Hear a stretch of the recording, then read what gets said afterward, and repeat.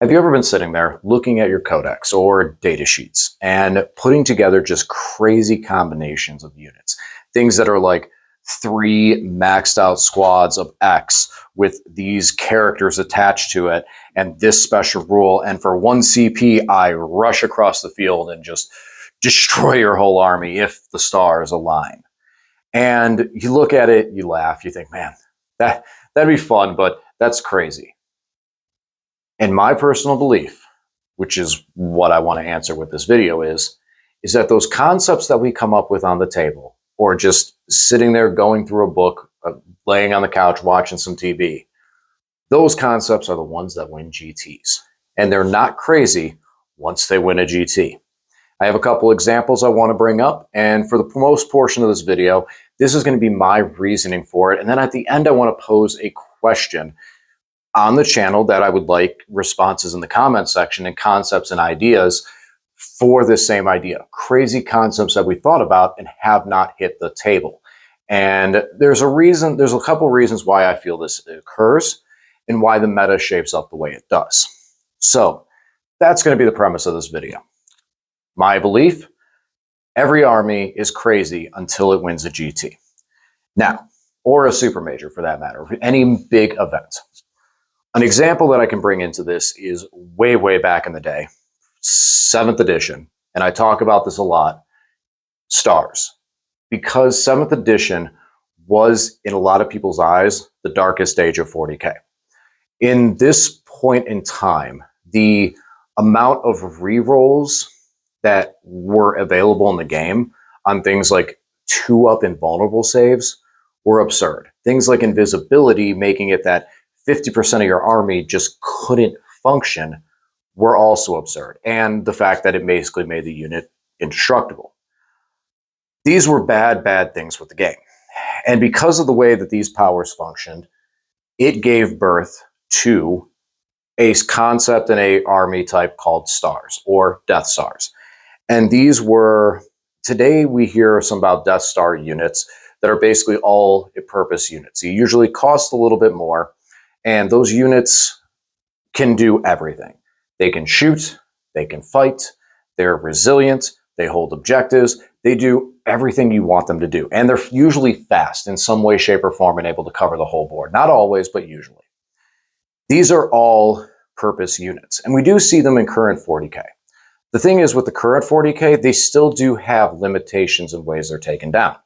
Things like the Grey Knight, a Terminator bomb of 10 Terminators, is an objective secured 3 unit that can keep putting guys back on a 4-up invuln that has access to true silver armor for reducing AP by 1 as a stratagem.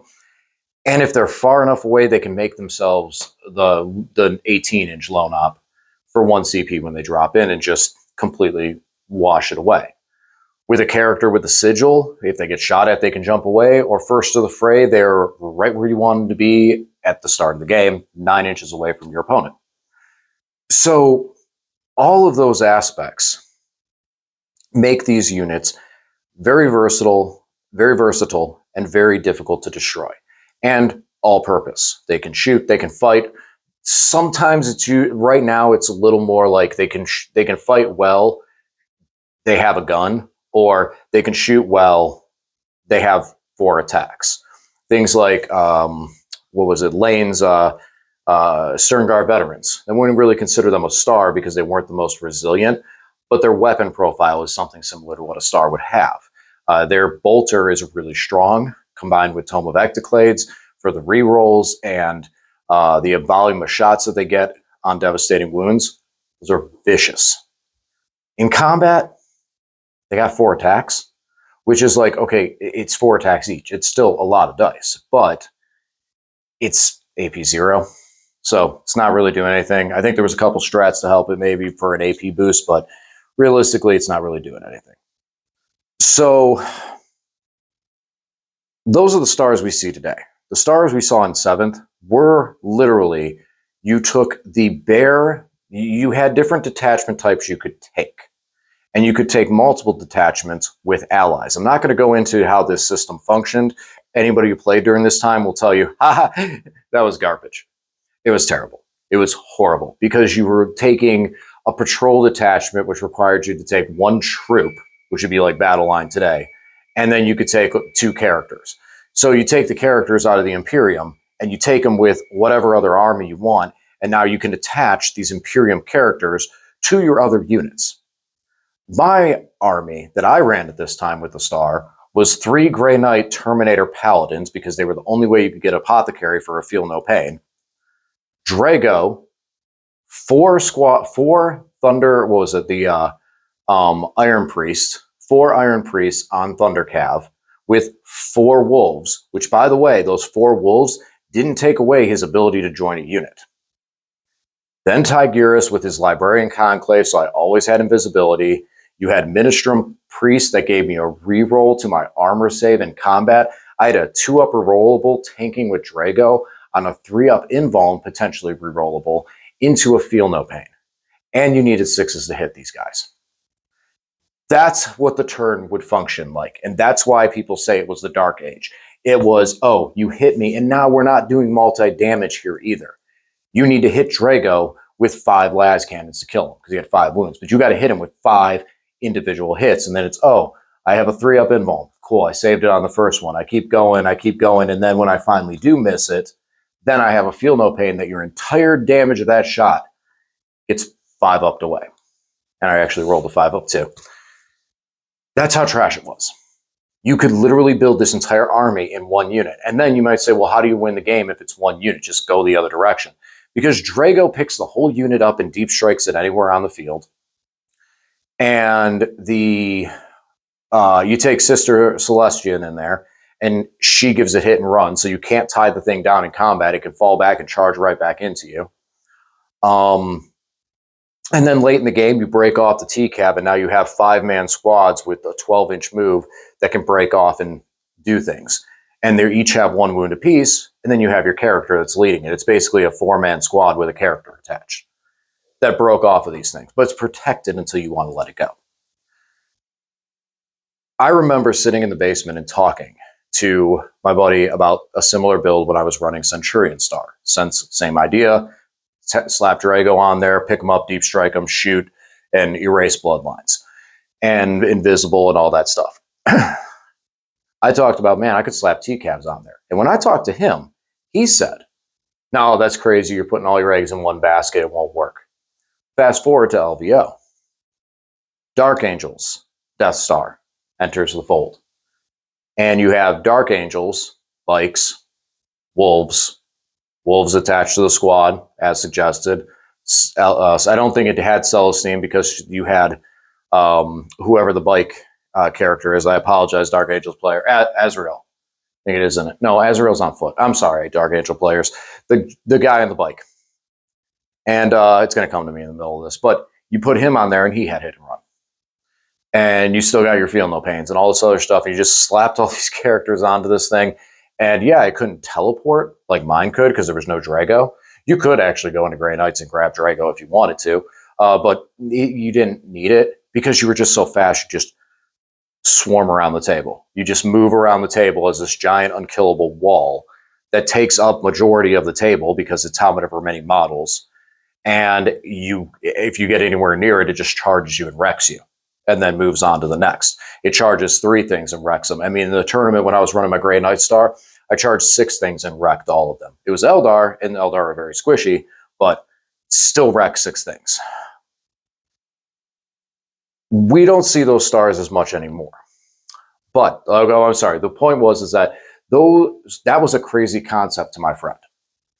And here was winning, and now that changed my style. Obviously, I changed into that style, and mine was a little bit different at that idea, but I was looking in the right direction. And that's the big reason I wanted to do this video, is because a lot of us, and I was at that stage too before I was doing the channel, we don't have a lot of times to test, a lot of time to test some of these lists. Our gaming time might be limited. Family, friends, everything, work, everything else.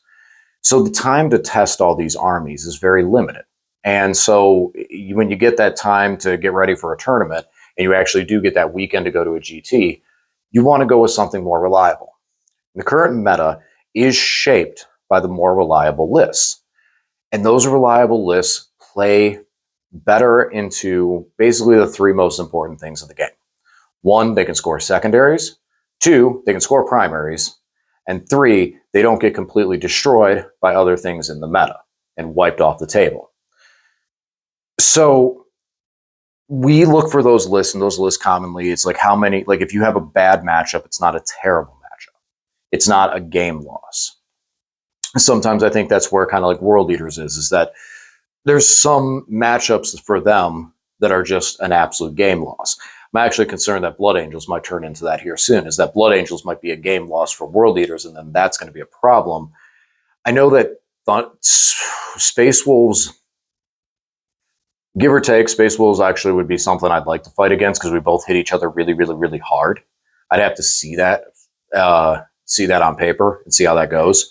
Because we both are very tough and both hit each other really hard. I could see that going either way, but I feel like Blood Angels are about to take the top on that. From what we've seen, I mean, we don't know points, but from what we've seen, it seems like Blood Angels are going to take the top. And that's going to be scary for World Eaters going into it.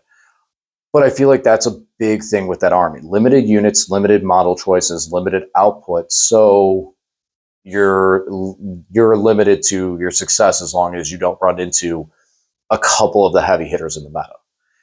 And they still do have a good game into other heavy hitters in the meta. And so if World Eaters can if by playing World Eaters, you're limited because of the models and the choices and the selections of what you have and how the army functions. And you can do it as long as you don't hit these terrible matchups. What about other armies? What other combinations are out there that we're not getting the time to practice with and play on the table and see how these work? Because again, the original thing, any army is crazy until it wins a GT. You take that crazy concept that is 90, because 30, 30, and 30, 30 man squads of X. Think about the person who first started running the cultists, mobs of cultists, and going, yeah, I'm going to put this and put this in there. I remember when my buddy Josh told me about it, it was like, okay, but they're cultists. And then you run into a couple people at a tournament that go, man, those darn cultists, I don't know what to do about them. And then you hear, hey, cultists are getting nerfed. It's like, these are cultists.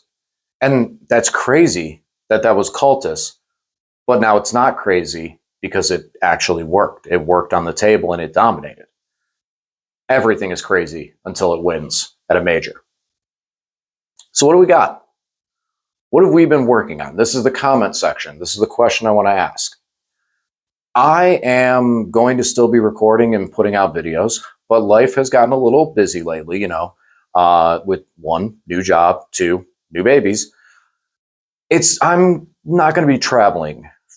Maybe October, we'll pick that back up. But honestly, if my wife sees this and says, you're not in October, then yes, honey, I understand. I completely understand. We do have two babies now. So definitely November, we'll be back. It may be October going or traveling. Until then, what's some crazy concepts that we've been wanting to see, that we've talked about with our friends? You go to a tournament, and after the tournament, you go to the restaurant, and you start messing around with weird list concepts, or, you're just at work and you got a couple minutes and you're again messing around with weird list concepts. What are some stuff out there you want to share that you want to see tested, that you're like, I've had this idea and for this, but I don't have the models, I don't have the time, or again, you have the time to play, but you need to play something more reliable. You can't test something like this and go, that was a bad idea.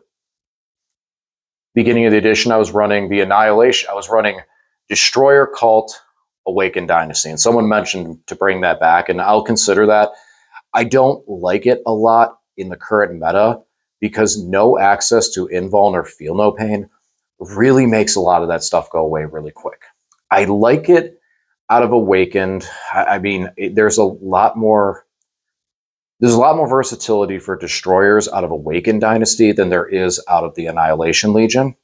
I do want to tag into the Annihilation Legion and try and mess with it again. I feel like there might be something there with massive flayed ones, but that's not really what we want to run it for. We want to run it for the destroyer stuff, and I feel like my personal opinion about that dynasty and why that dynasty is rough is there's a lot of cool assault armies in the game that are able to do things like finish their react to something and cause them to finish their move in engagement range during your opponent's turn, shutting down shooting to them and things like that. Berserkers, when you shoot one, they can do it. Wolves, when you shoot at them, I think they can do it. So, but we can't. You know, the Scorpex cannot. And I think that there's a lot of little rules in that other armies have similarly, but just better. And that's probably the biggest impact that would fix that to Dynasty, is having maybe a character clause with the units, having the ability to have a 2-step for all the different stratagems and stuff, that if you do it, you get X. If you have a character leading the unit, then you get X and Y, or you get upgraded to Y, whichever way. But enough ranting about that. The Awakened Dynasty Destroyer cult, I actually had a lot of fun with. The issue is, again, it gets swept. There's not a lot of reliability. And it gets swept because these guys have no invuln. So once they're out there and they're trying to move it across the table, they're getting picked off and destroyed. And they're only 6-man squads. Bigger squads, maybe, but 6-mans, I mean, it's not that difficult to take down, especially with some of the killie in the game right now. So, but I would be interested to try it again. I got a couple ideas with it. Playing off of the Locusts and their ability to re-roll hits versus units on objective markers, and they have the lethal hits on their guns. So I want to play around with the idea of running a couple small squads of them to kind of come in out of strategic and be on a table edge, able to put their line of sight and shots directly on a unit that's on an objective marker and do the damage off the lethal hits, bringing Scorpex in to follow. That's a concept that I have for what I want to do with that, and it's something I want to try. I did take it to a tournament, didn't do well. Didn't do well because I got smacked because of, again, not having the invulns. And the last game that I got messed on by terrain. There was a big piece in the middle, and it was a rune. And for some reason, you couldn't move through them. That was the ruling at this tournament, was you were not allowed to move through the runes. And respect, that was the ruling. I'll play by it. However, for my list in particular, and I know I come across on insulting, but it's a game. It's in the past. I don't care. It just, for my army, for that dynasty, not being able to pass through center made it impossible for me to set up the Scorpex to be able to jump and hit, so I could even ever get control of center. So it was way too tough for me. But that's still something I wouldn't mind going back to, because I was having a lot of success with it. And there's a lot of different versatility out of that unit if I start to hone it in. When do maybe I don't attach the Scorpex, leave the Scorpex Lords off. They're beasts by themselves. And so having extra units to do things, especially with these secondaries, might work out in some of those scenarios and situations, or against some other matchups, if I get the time to get the reps in for it. This week, I'm running a different meme. And you'll have to check out my video for that. But I will tell you, it's funny. It's technically the most it's the most units I've ever run in a single army, and the least models I've ever run. I think I've ever run in a single army. I might have run smaller before when I ran like Monolith and Catans and that silliness and delaying with some type of hypercrypt. But oh yeah, I did run all Catans once, but I think it's close to it. It's close to it. So one of the smallest model counts. But what do you guys got out there? Like I said, leave me a comment down below. Send me a message, be like, hey, I got this idea. We'll talk about it. If you want, shoot me a list with a concept. I'll see and mess around. Armies I have available. I have orcs, but it's only Dreadmob. I have World Eaters, but it's all only World Eater stuff with a little bit of demons and bloodletters, hounds, and a winged demon prince. I mean, it could be a regular one if I need them to be. But then World Eaters is just a lot of World Eater stuff. Necrons, yes, pretty much everything. Necrons, hit me with it. AdMech, I have a lot of AdMech. There's a lot I can do. There's a couple things I can't. I'm willing to proxy some stuff, but I only have 6 Dragoons, so I don't have enough to go and proxy into Iron Striders. I don't have any Iron Striders, so that's something to keep in mind for it. But again, we're trying to go off meta, so I think not having like Iron Striders is okay. But I also don't have Electro Priests. None of them. I'd have to proxy them. I could get them, but they've never lasted long enough in a list for me to actually invest in them, surprisingly. When they were really, really good, then they got nerfed. Grey Knights. Got a lot of Grey Knights. Can run pretty much almost anything out of that, I think. And then, yeah, like I said, Necrons. That's pretty much a lot I can run out of Necrons. I do have Tyranids, but I don't have a Tyranid book, and I'm missing a lot. I'm very limited on what that army is. One of the days I hope to pick up the book. It's just, I know a lot of, it's a tough one. It's a tough one for me with Tyranids because it's like, there's a lot to look into there. And I know that Tyranids are at a weird spot right now that they got a lot of buffs, but they're not fully there. And so it's like, they're at a weird spot right now. So, but Necrons I know really well. So I'd be willing to do a lot of crazy combinations out of there. Same with Grey Knights and same with AdMech. Or any of the other stuff that I mentioned, like with just the sidebar. Tyranids I'd probably stay away from. But that's about it. I'm looking forward to my game this week. This is going to be very interesting. Win, lose, or draw. It's going to be very, very interesting to see. Definitely at least, if nothing else, take a look at the list. It's going to be crazy. And hopefully you guys enjoyed. Hopefully you guys enjoyed this this was meant to provoke some thoughts. Go back and make some of those lists that you may have joked around about. Let's talk about them. Let's see what sounds good and get a couple of them out here. And then I'll put up a vote on it and see, hey, which one of these lists should I do around this concept? And then I'll start building something up. World Leaders is coming along nicely, but might not run them next week.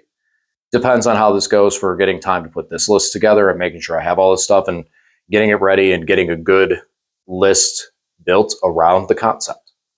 So, all right, guys, as always, thanks for watching. I'll talk to you again soon.